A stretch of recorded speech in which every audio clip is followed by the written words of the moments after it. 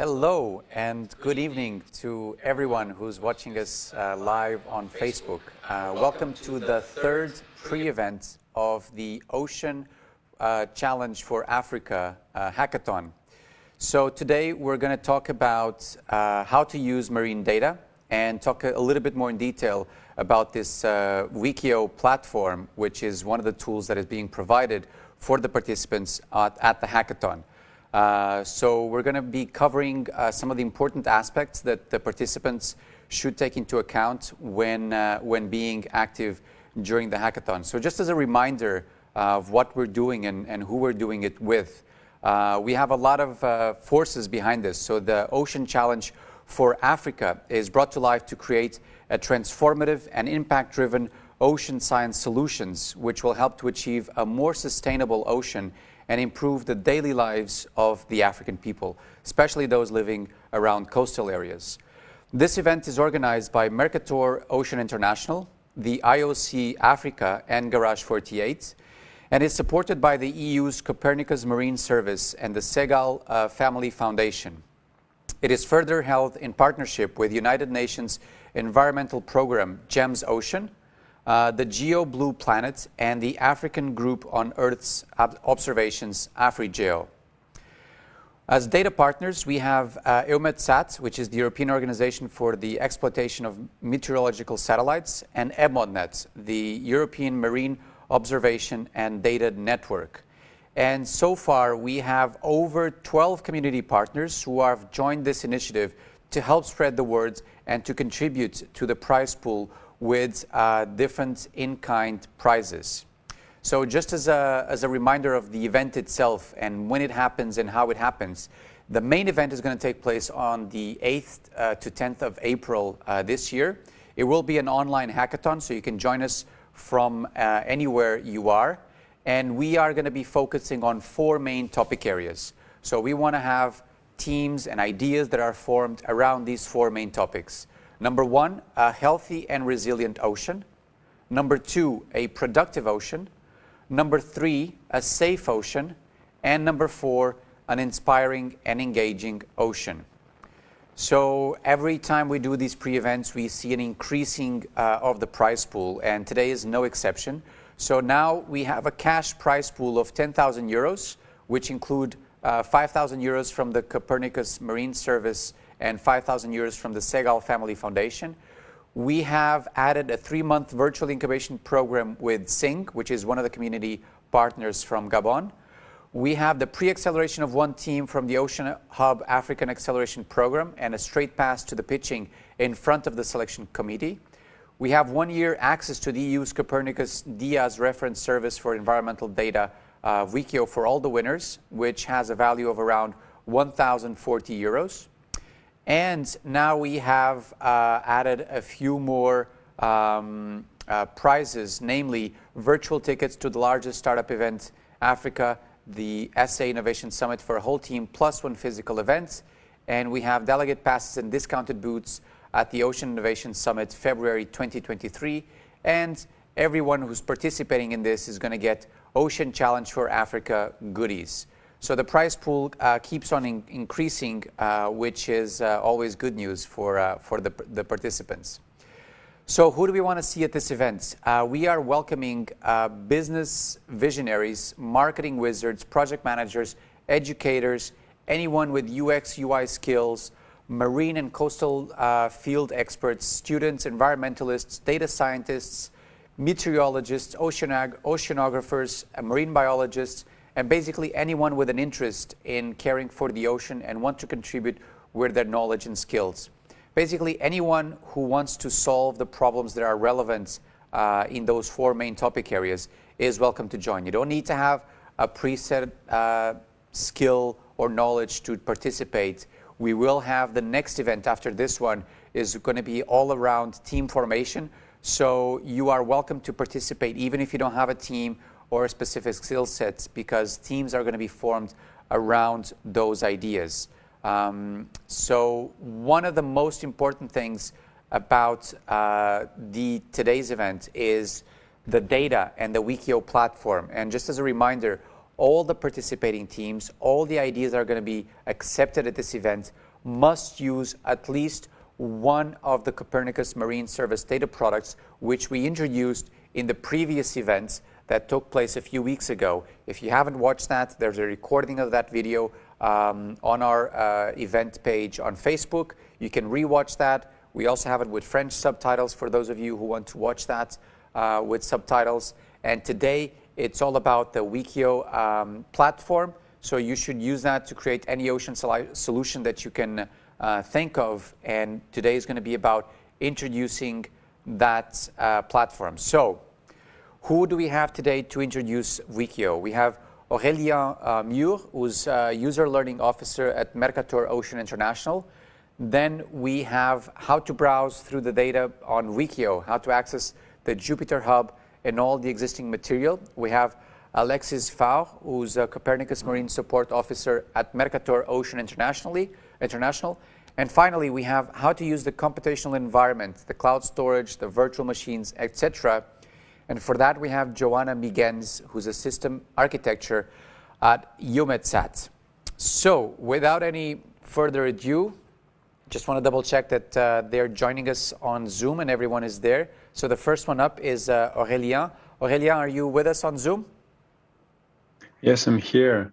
Super. Hi. So please go ahead. The floor is yours.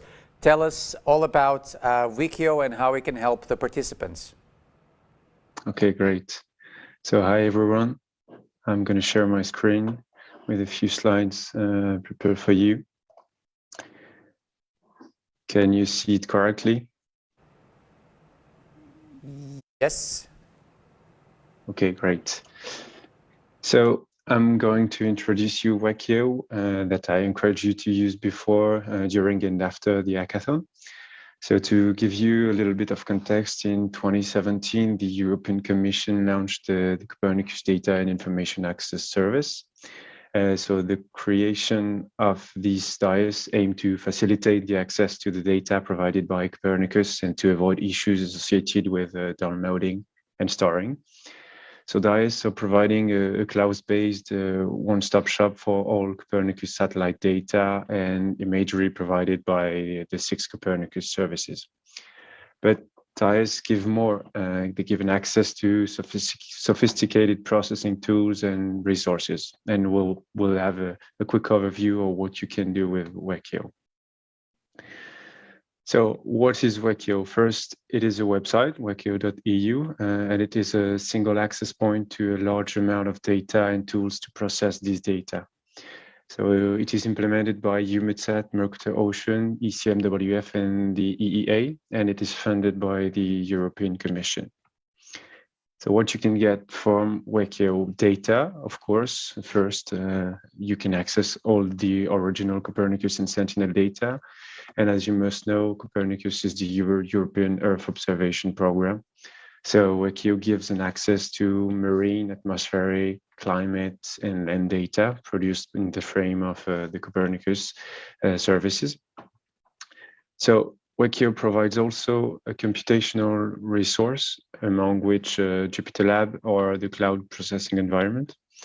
And there are free trials that are available to test computational resources in virtual machines.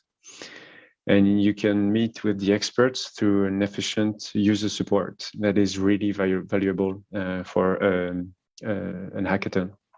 And in the near future, we will be able to showcase your work and promote it through a marketplace if you go further than this hackathon. So to summarize, WEkEO is a single access point to all Copernicus and Sentinel data. It's a platform with processing resources and tools, and it's a place where you can interact with experts through the user support. So which data are available on WEkEO? You have to know that satellite data are not the only source of products there is on WEkEO. There is also model data and some in situ data. You can access to the Sentinel 1, 2, 3, and 5P data, and some other data set that come from the Copernicus services, like atmosphere monitoring service, climate change service, and the marine service, and the land service also. So I'm going to just give you a brief overview of the products from each of the services. So we'll start with the climate change service. So there are 20 data sets that are in 3 main families, we can say. So Era 5, these are a long time series from 1979 of various climate data. Concerning the cryosphere, you have also long time series for ice products, for example.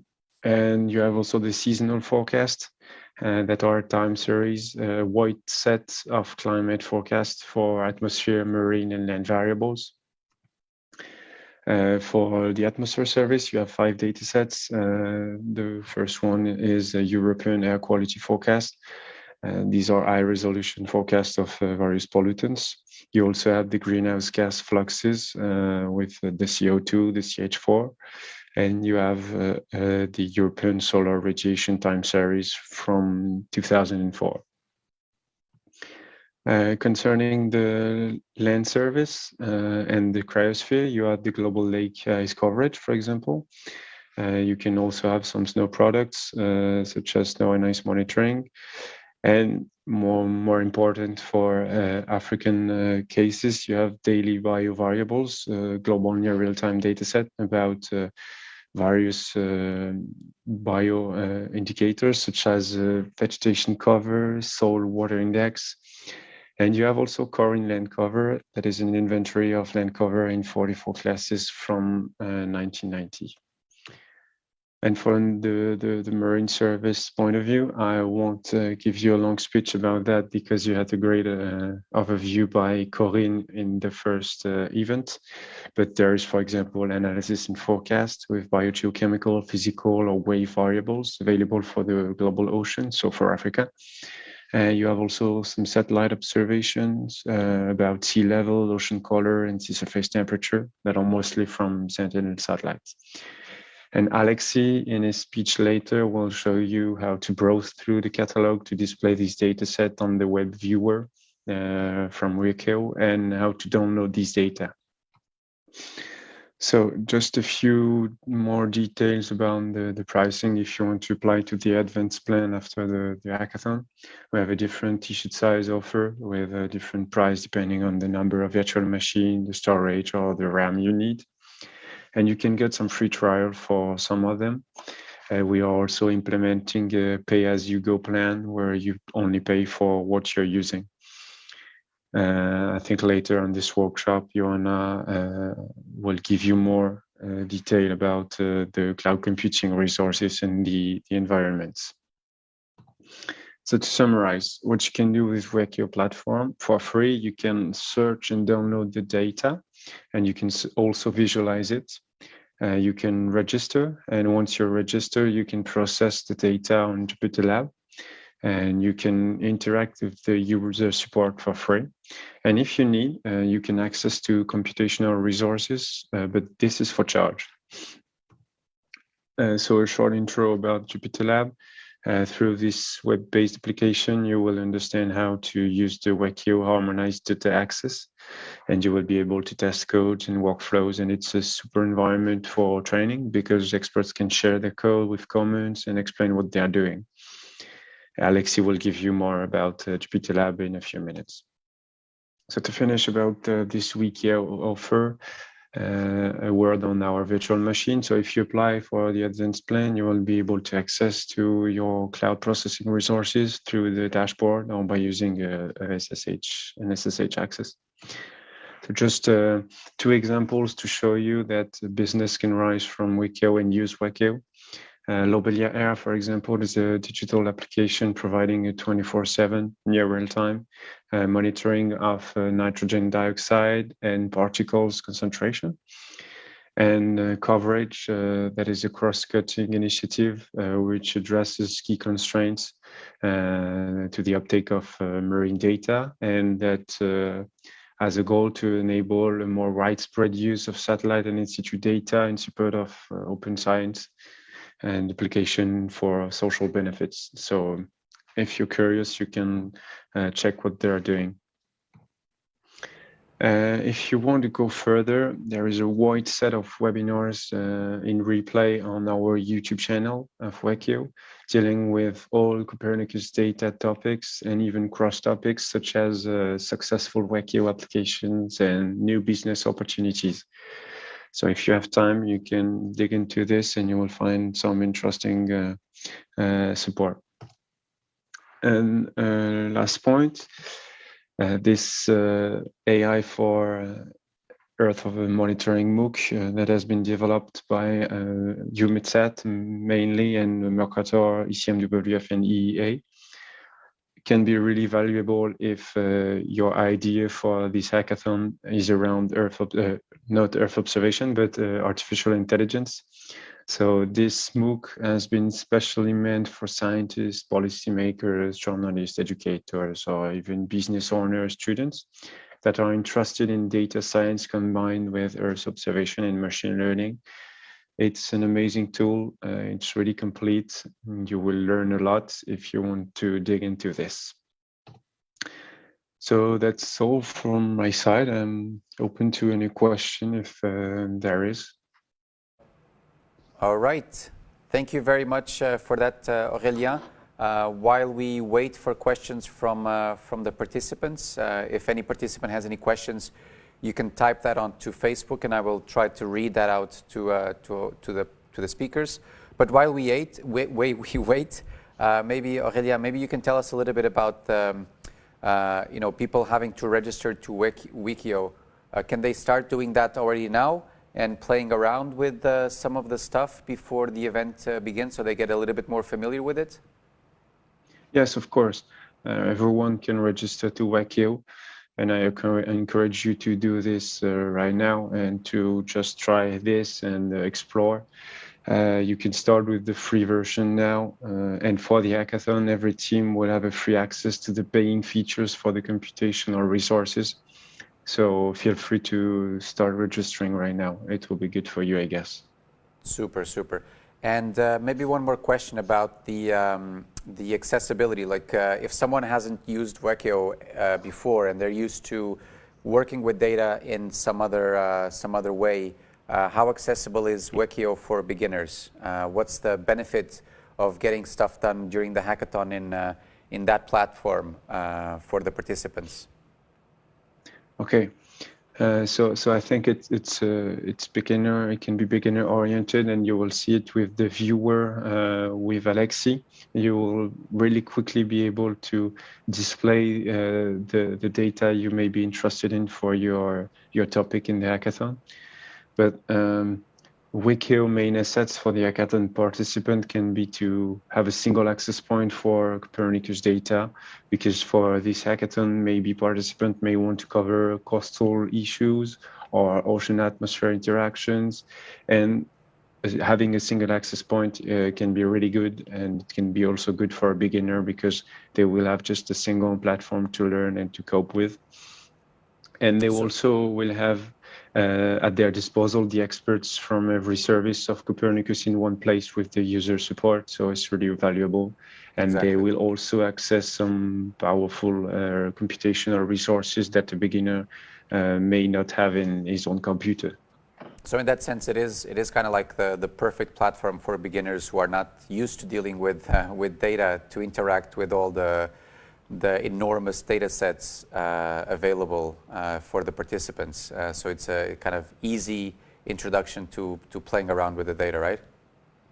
Yes, that's absolutely this. And I think Alexi will also show you that there are some training materials that you can benefit from. I have shown you the MOOC that is about artificial intelligence for observation, but we'll also have a lot of beginner notebooks about how to access all the data, marine data, atmosphere data, etc. So you will find anything you need if you are a beginner. And you will also find some more advanced tutorials, notebooks, etc.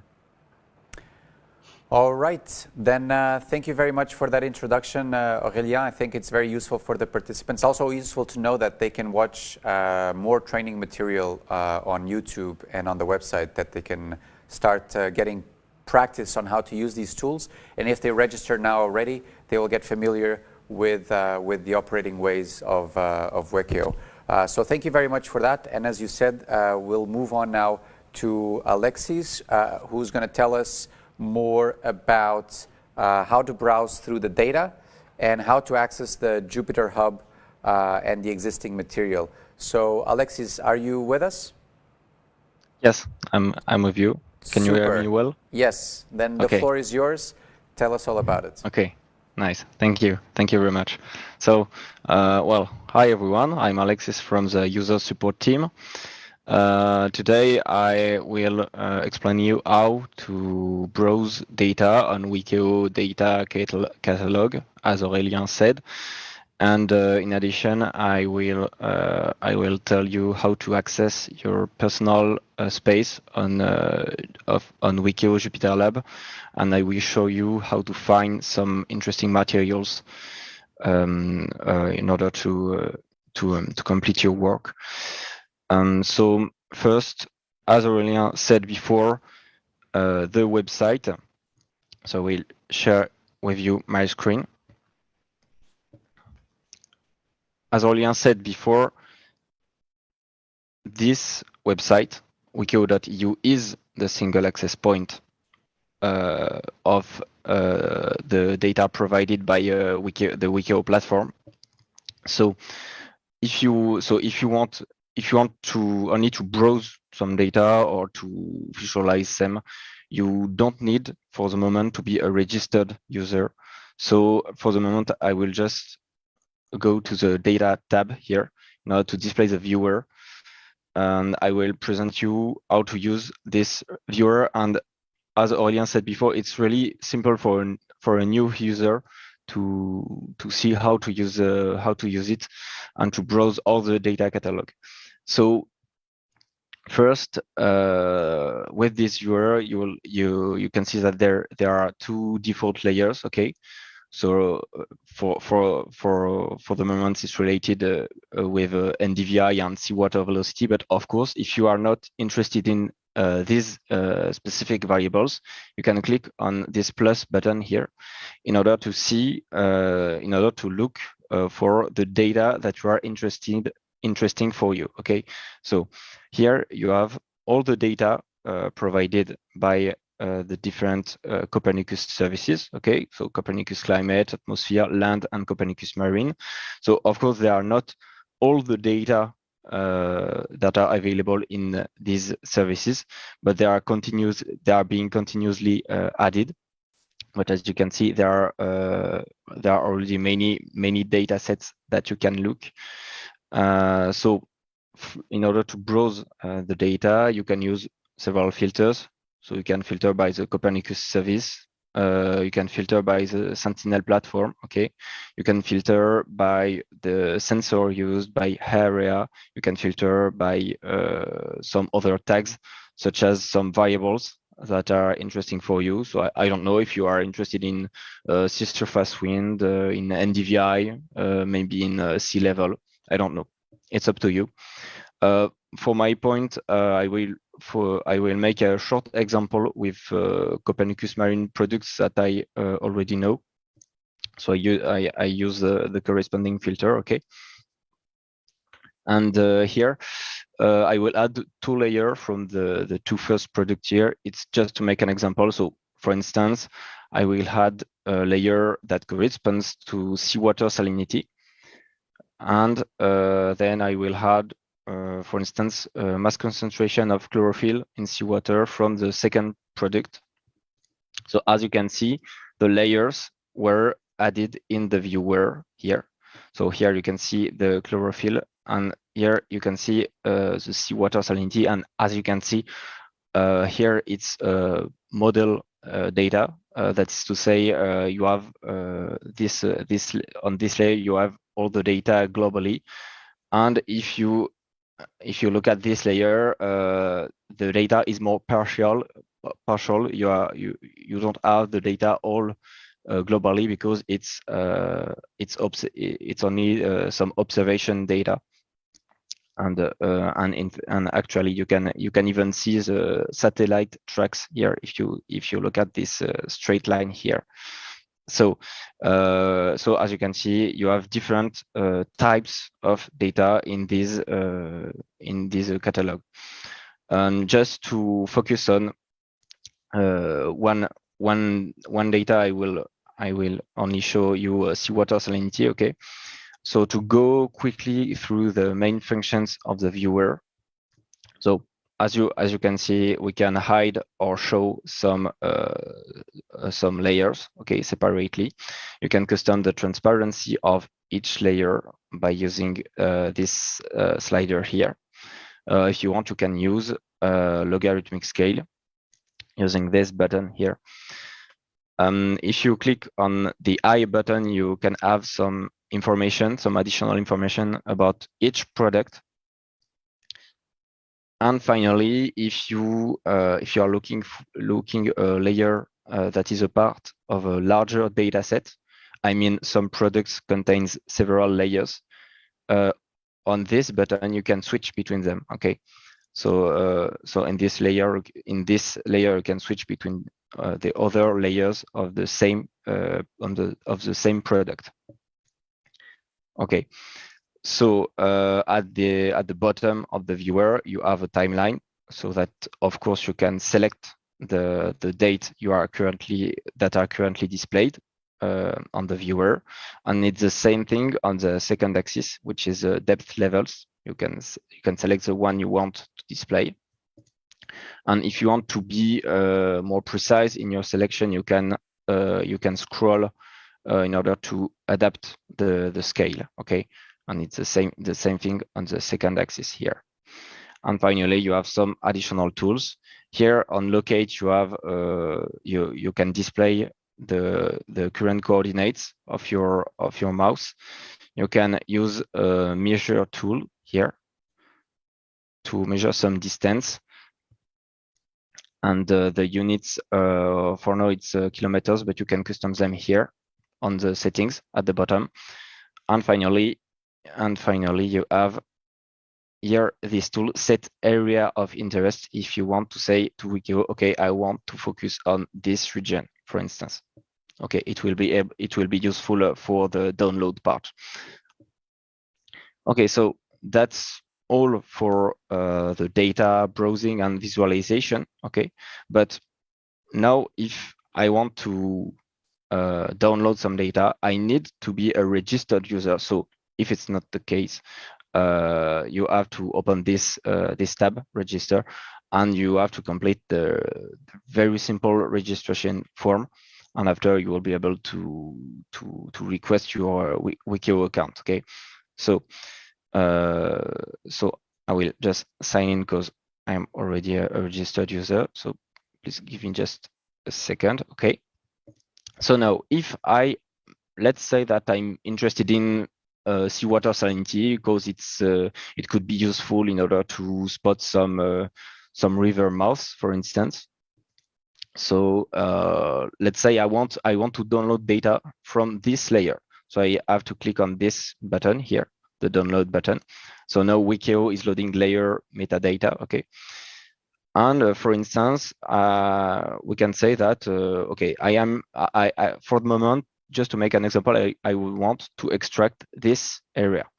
I will use the set area of interest tool in order to define a bounding box here. Okay, I drew a bounding box on the map. And if I look to the layer, I have some subsetting tool. So for instance, I can say, okay, I want to extract a bounding box from the layer. I can use this button to copy the coordinates of the bounding box from the map to the subsetter fields here. I can do quite the same thing for the time range. Okay, I can say, for instance, I want a short period of time between this date. So I can copy using this button. I can copy the currently displayed date. So I want a time range between this date and this. It will be a very small data set, but it's just to make an example. And finally, I can select some depth range. So let's say that I want all depth level between this depth level and this. Okay, so if it's not the case, you have to tick the box here, and then you can request your data. So basically, at this step, this step does not download the data. It will just give a preview of what data set you want to download. And if you click on monitor request here, you can see now the jobs tab. You can see that your request is completed here, and you can see the results. Okay, so this is actually the data set you want to download. So you can see especially its size. So as I said before, it's really small. It's just for the example in order to be quick. Okay, so then once the request is ready, you can click on order, and then you say to WEkEO that you want this data set to be prepared, and once it's available, you will be able to download it. And so when it's possible, download button will appear here. Okay. So this is the first way to download the data through the web viewer. But of course, maybe you want to do the same thing, but using command line, command lines in a program, because maybe you want a more automated version of this downloading process. So to do that, the key point is the API request. So this is the API request. So you can use this button to display the API request. So this is a JSON that describes what you want to download. So it describes your data set, okay?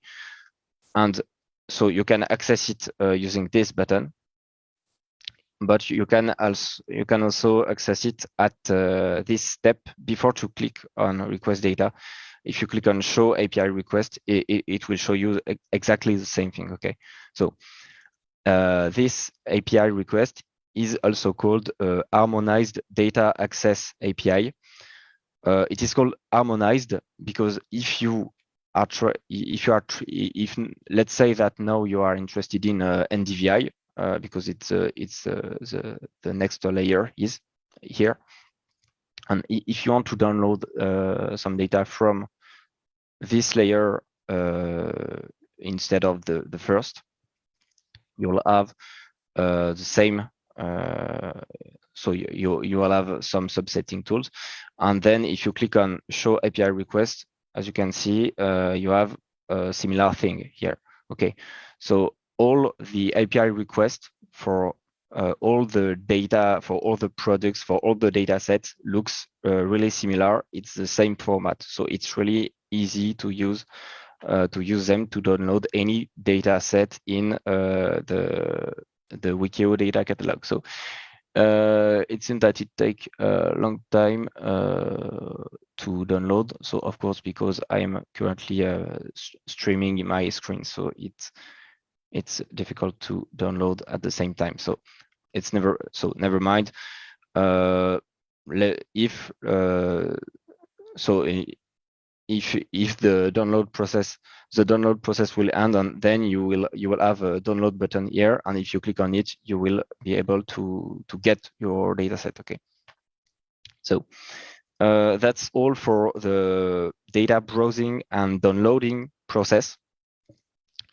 But now, if you want to use this data to make your work, I don't know what are you interested in, but it's up to you.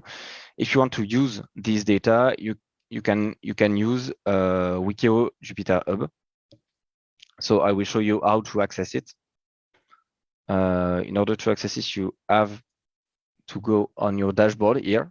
So yeah, okay, I opened here. It's in oh, sorry. Yes, I will go on the dashboard. Okay. On your dashboard, you have a tab Jupyter Hub. So you have to click on it. Okay. And then it will display you two server options. So basically you have to choose between the two server options. So the first server option is designed for Earth observation tools. That is to say, if you just need to visualize some data or some results, I don't know, it will be enough for you. So you can just take the first option, but on the other hand, if you need to process more complex computation, so I don't know about typically machine learning, for instance, if you need to process more complex computation, you should select the second option instead of the first, because for instance, in fact, it will provide you a server with more memory, and you will have additional dependencies that could be useful for machine learning, for instance. So for data visualization, you can select the first option, and for if you want more complex, if you want to make some data processing, especially some machine learning processing, you should use the second option. Okay, so once your server is ready, you will see at the root, you will see two directories, okay? The public directory and the work directory, which is your personal workspace, okay? So so for the moment, it's empty, of course, but please, so it's the place where you have to write your own files, and just please be careful. You have to write your files inside this work directory and not at the same level, because if you write something at this level, it won't be safe. So please be careful and write your file inside the work directory. Okay. So this was the first thing I wanted to say, and the second is in this public directory, you will find many materials that are application examples and that come from previous WEkEO events. Okay, these examples could be interesting for you for your work. So I invite you to browse through them, and maybe you will find something interesting. So just to make an example, if I take the machine learning example here, in the AI for Geo subdirectory, for instance. So you have three application example. Okay. In each of them, you have some notebook, and you have some related files. Okay, but if you open some notebooks, of course, you can execute them from this point. Okay. But you cannot, if you try to modify them, you won't be able to save your change. So before you have to copy this subdirectory to your personal workspace. Okay, and to do that, so for instance, if you want to copy this subdirectory that corresponds to one application example to your work directory, so it's a directory, so you can't do that simply with the file browser. Instead of that, you can copy the path of the same directory. Okay. And if you turn back to the launcher here, you can run a terminal here. And then using the copy command, using the recursive option, so you passed the path into the terminal, and you put it into your work directory. Okay. So take a couple of seconds. So so as you can see, the subdirectory is being copied in your work directory. Okay. And that's done. Okay.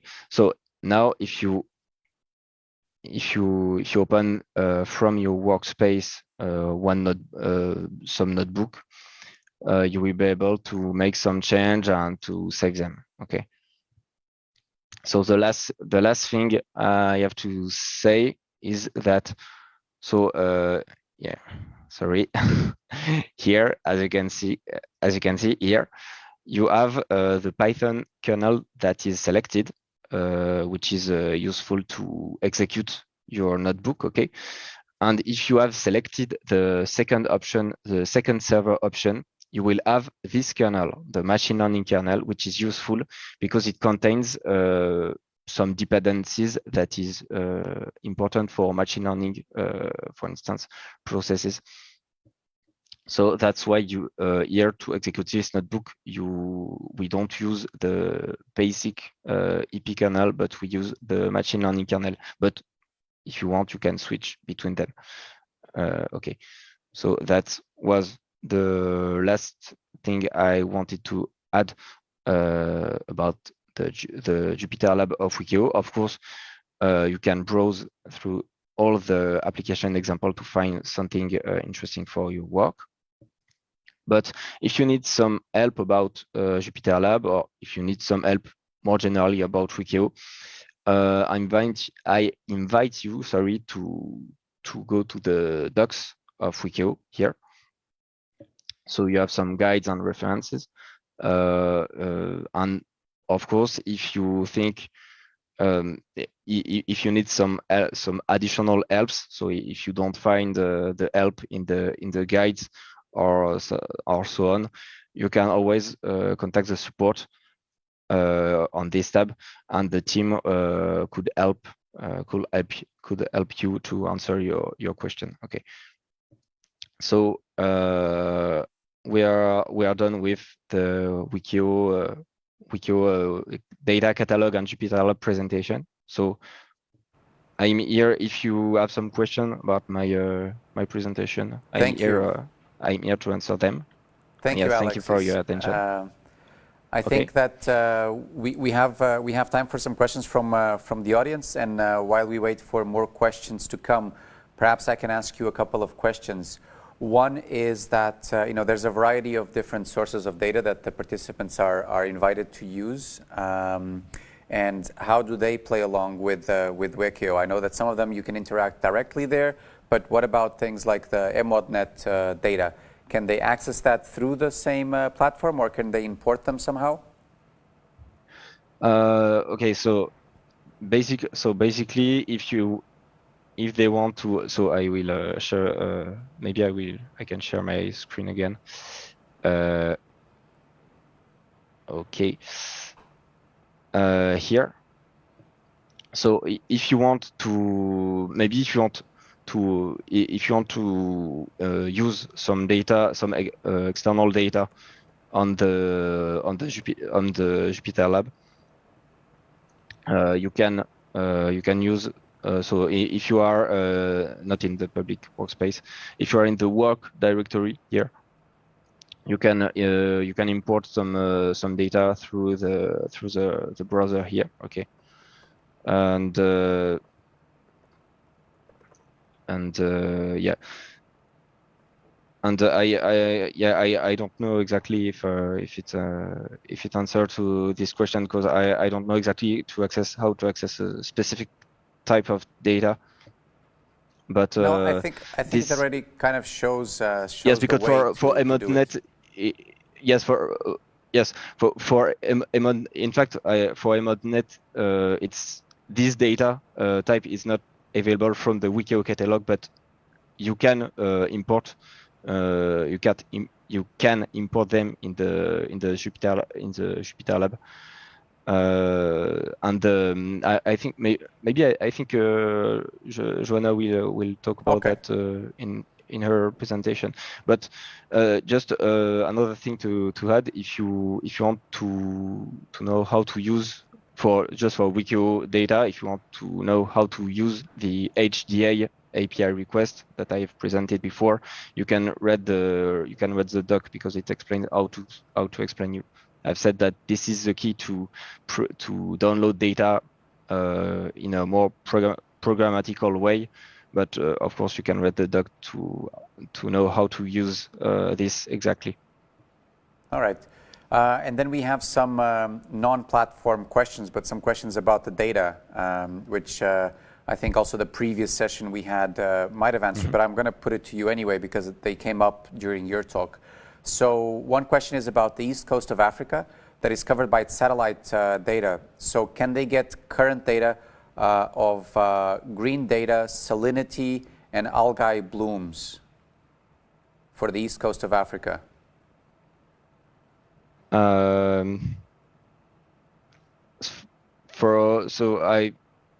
In fact, I don't really know very well all the data that are available, but from the WEkEO platform, maybe you can filter the data using the viable filters in order to filter if you are looking for salinity of other specific variable. Okay, maybe it will not be possible to visualize some of the products, but you will always can download them even if they are not viewable in the data viewer. All right. But yeah, I cannot answer precisely to your question because I don't have the knowledge of all the data. Don't worry. I think because we'll make sure because that I'm quite new in the user support team, so I need some time to know all the data that are available. Someone was asking about any plans that you guys have to minimize the amount of coding required to use some of the WEkEO resources, something like point and click. But I think that goes a little bit beyond the scope of the hackathon itself. I think that's a different type of approach. And finally, there's a question about the can the concentration of phytoplankton be calculated from the data available on the system? So something like biomass data, can they get access to that? I'm sorry, I cannot answer this question, but for me, I cannot answer this question. But of course, you can, if you want to ask some scientifically advanced question like that, you can contact the team and to precise what are the values that you want, what are the variable you want to compute. So it's possible to compute additional variables from the variables that are provided on the dataset from WEkEO. But if you want to ask some question about the variables you want to compute, all right. The support team is here, and there are more experienced colleagues that will be able to answer, to provide you a more complete answer. Okay. And I'm sure. So, please contact the support team. We can also get Alexis and the rest of the team to go back into the chat and talk with them at the moment. Of course. So Alexis, thank you so much for that overview, and I hope that we see you as well during the hackathon to help the participants interact with WEkEO and to get their Jupyter notebooks up and running, and if they have any trouble. So thank you so much for that. And let's move on now to our final speaker, Joanna Migens, who's a system architect at EUMETSAT, on the topic of how to use the computational environment. So Joanna, are you with us? Hello, everyone. I hope you can hear me well. Yes. It's a pleasure to be with you here today. I'm a system architect at EUMETSAT. I'm also a technical coordinator on WEkEO. And I'm very pleased to be here to answer some of your questions and to show you a little bit of how WEkEO works.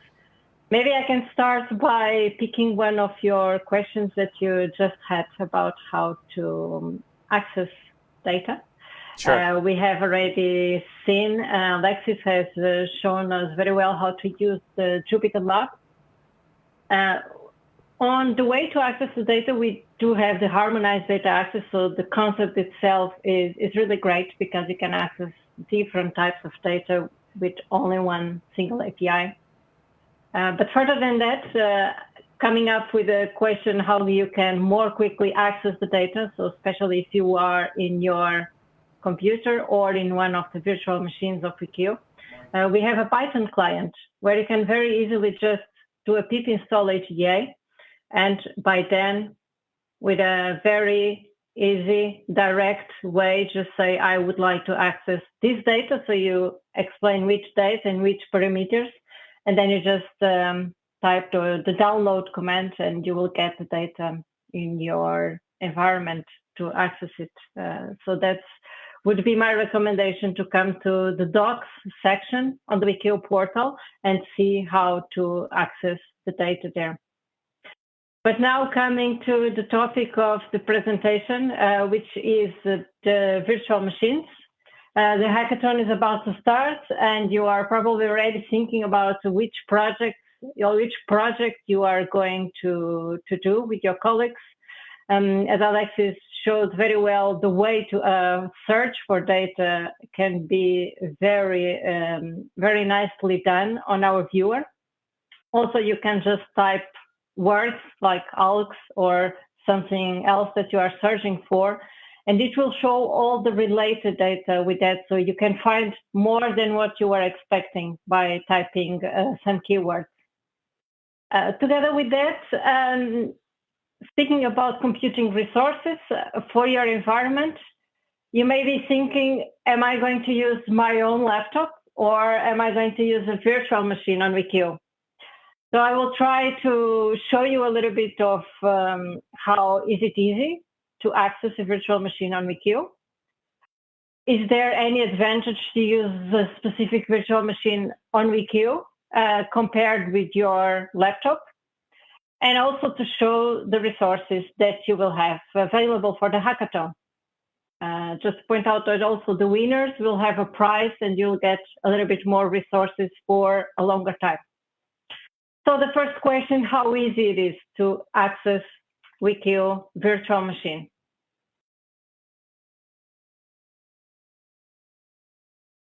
Let me open again the portal page of WEkEO. On the portal, you can come to the WEkEO portal, and the registration is done. So to access the virtual machines, you need to first access register on WEkEO. To register on WEkEO, let me come out again. To register on WEkEO, you will come to the registration page, but what I would like to share with you, that the process on how your username is going to be linked to the computing resources will be a communication with the organization team of the hackathon. They will come and present that information to you. Or if you have any questions, just ask them. After you register and you have requested to the organization team of the hackathon for your resources, the access to the virtual machines is done through the dashboard. So the dashboard tab is the tab where you access the services that WEkEO has available for you. You have the Jupyter Hub that we have already seen with Alexis, and there are also a service of WEkEO Drive, so similar to the Google Drive, where you can save more files and share with other people. And there is also then the virtual machines. This is all done initially through a graphical interface. This is to make it much easier to start a virtual machine. In a question of 2-3 minutes, you will have a new virtual machine ready to be used. This is done here through the Add button of a virtual machine, where you can select different types of operating systems. But more than that, what I would like to show to you next is that there is one that we call the VM catalog. The VM catalog, it's much more than a simple virtual machine. It is, let me share here now with the slides.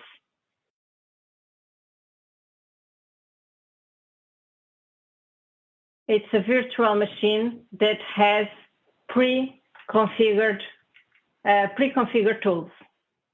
This can be a big advantage. So if you are beginner with some data or some types of data, or you would like to do some visualization or use already some predefined processing or predefined transformations to the data, there is, of course, already lots of software that is doing that. And this virtual machine has a really good package of all these softwares, all these tools, some of them only using command line, others for visualization, so you can do more in a graphical way, exchange of the data. And you can open all these files that sometimes have lots of information and extract information out of it in a visual way that it's much easier and to understand a little bit more of what is going on. So it's a way for you to get familiarized with Earth observation tools and software. There are here some examples like SNAP, QGIS, GDAL. So in this virtual machine, there is much more than that.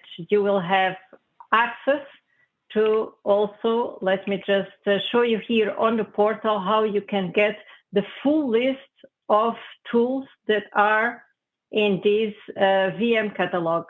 So you come to the portal again and select Docs. On the Docs, you roll down and there is a virtual machines part section with the different ways that you can what you can actually achieve on the virtual environment. And there is here this link using pre-built user environments, VM images. If you scroll down, there is a full list of tools that are already in these virtual machines. You may be familiarized with some, but maybe not familiarized with others. So it's also a way to get to know a little bit more of what is already out there. So all this is already there in this virtual machine. That this is the one that we would recommend for you to use during the hackathon. Coming to the next question about what is the environment that you will be granted during the hackathon if you choose to do it with WEkEO virtual machine.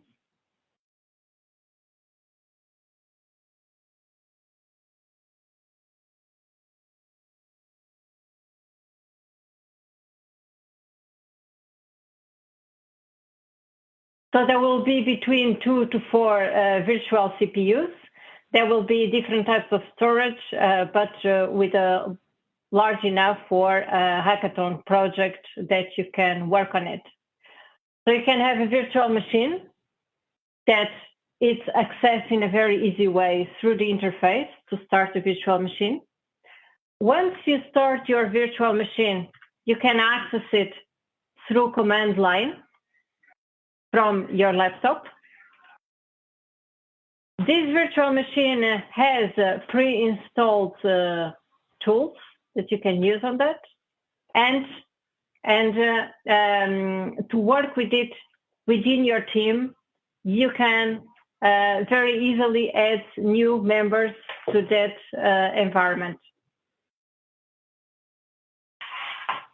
Last but not least, I would like also to say that from the access point of view, depending how much data you are actually going to access, it can be much quicker to access it from a virtual machine because it's next to the data. So this is one of the advantages of having a cloud environment next to Copernicus data, is that by using this Python or the AGDA directly in your programming language, you can download the data much quicker and work with that.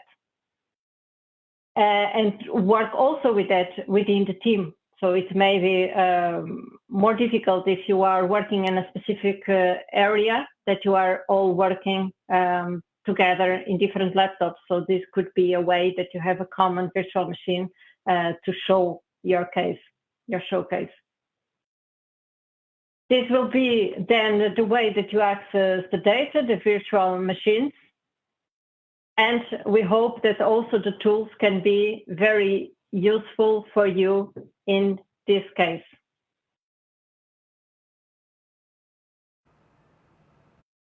this is basically what you can access on WEkEO, so virtual machines, of course, all these different types of storage, and an easy way and quick way to access all the data. If you have any questions, I will be very happy to answer to them now, or further questions. You can always pump up questions on the WEkEO user support. That's usually also very quick.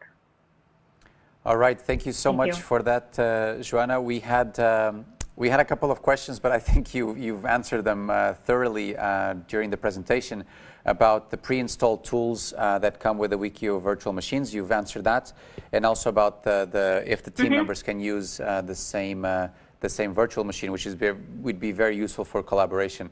Of course, I think one of the issues for the teams, especially in the context of the teams that we are expecting, where they will be either in Africa or have participants who are from Africa, would be the internet connection. So when they're using virtual machines, connections to those virtual machines, are the hosting is done in Europe, I assume? That's correct. It's done in Europe. The virtual machines are in Europe and are. So that's. I think that's definitely one of the things that we would encourage all the participants, or at this stage, while they are getting ready for the hackathon, to go ahead and test as much as possible. Set up or maybe even launch one of those virtual machines to see how to operate them and not lose time with it during the hackathon. So what we encourage all the participants is that come prepared for the 48 hours, come ready, do all the tests you need to do, boot up the virtual machines, see how the connection speed works before the actual events so that you don't waste time with it there, and then realize whether it's better to use the virtual machine or, as you were saying, to try to use something on their own laptops. There is a question again about the data. And again, I don't know if, Joanna, you're the best one to answer this, but the question was, do you have any data about overfishing? So I guess some people want to solve problems related with overfishing. Are there any data sets that are available regarding this problem? That's a very good question. I would imagine that the Emodnet datasets can be more useful there. There you may find more information on that. On WEkEO, I'm not 100% sure if we do have that data. So I would recommend that you ask to the WEkEO support for that. And the advantage of the WEkEO support is that it's linked to all the Copernicus services, user support. So it would be very quickly come with some specialists in this area. And you will find a little bit more about it, or maybe they could tell you where you could find this type of data. Yes. Exactly. And as always, we always tell the participants, don't forget to check out the event page. We have a ton of resources listed there, so you can watch not only the previous events where we were talking about the data sets that are available. You have links to training material. You have links to access points to all of this. All of the different data sets that are being made available, and also how to interact with them. I'm going to give a few more seconds to see if anyone has a question at the moment, but if no one has any more questions, then I want to thank Joanna for her overview of how to use this. I also want to thank the previous speakers, Alexis and Aurélien, for their overview of the WEkEO platform and how to use and access the WEkEO platform.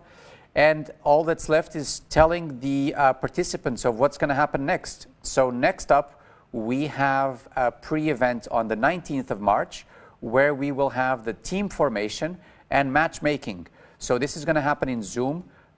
Important to say here is that this event is not mandatory. It is mostly important for those who are still looking for teams, have an idea and don't have a team ready, or don't have an idea and are looking for ideas to join. So if you're an idea owner and you're still looking for team members to join, make sure you are present on the 19th of March, because you will be able to pitch your idea and listen to feedback from mentors, feedback from other participants, and gather people to your team. if you want to join a team and you don't have a team yet, it is also a perfect opportunity to come and listen to other people pitch their ideas, and maybe you want to join this team. So that's what's going to happen on the 19th of March. I think we have over 250 people already wanting to join the hackathon. So there's a lot of people waiting to see what's going to happen. In the meantime, until then, don't forget to submit your ideas on Event Tornado. The deadline for the team submission is the 22nd of March. So make sure you submit your ideas and then join us on the next event, the 19th of March, where we will be talking about team formation and getting the teams ready. Until then, that's it from here. That's it from Tallinn. Hope to see many of you on the 19th of March, and I hope to see all of you on our online event. Thank you.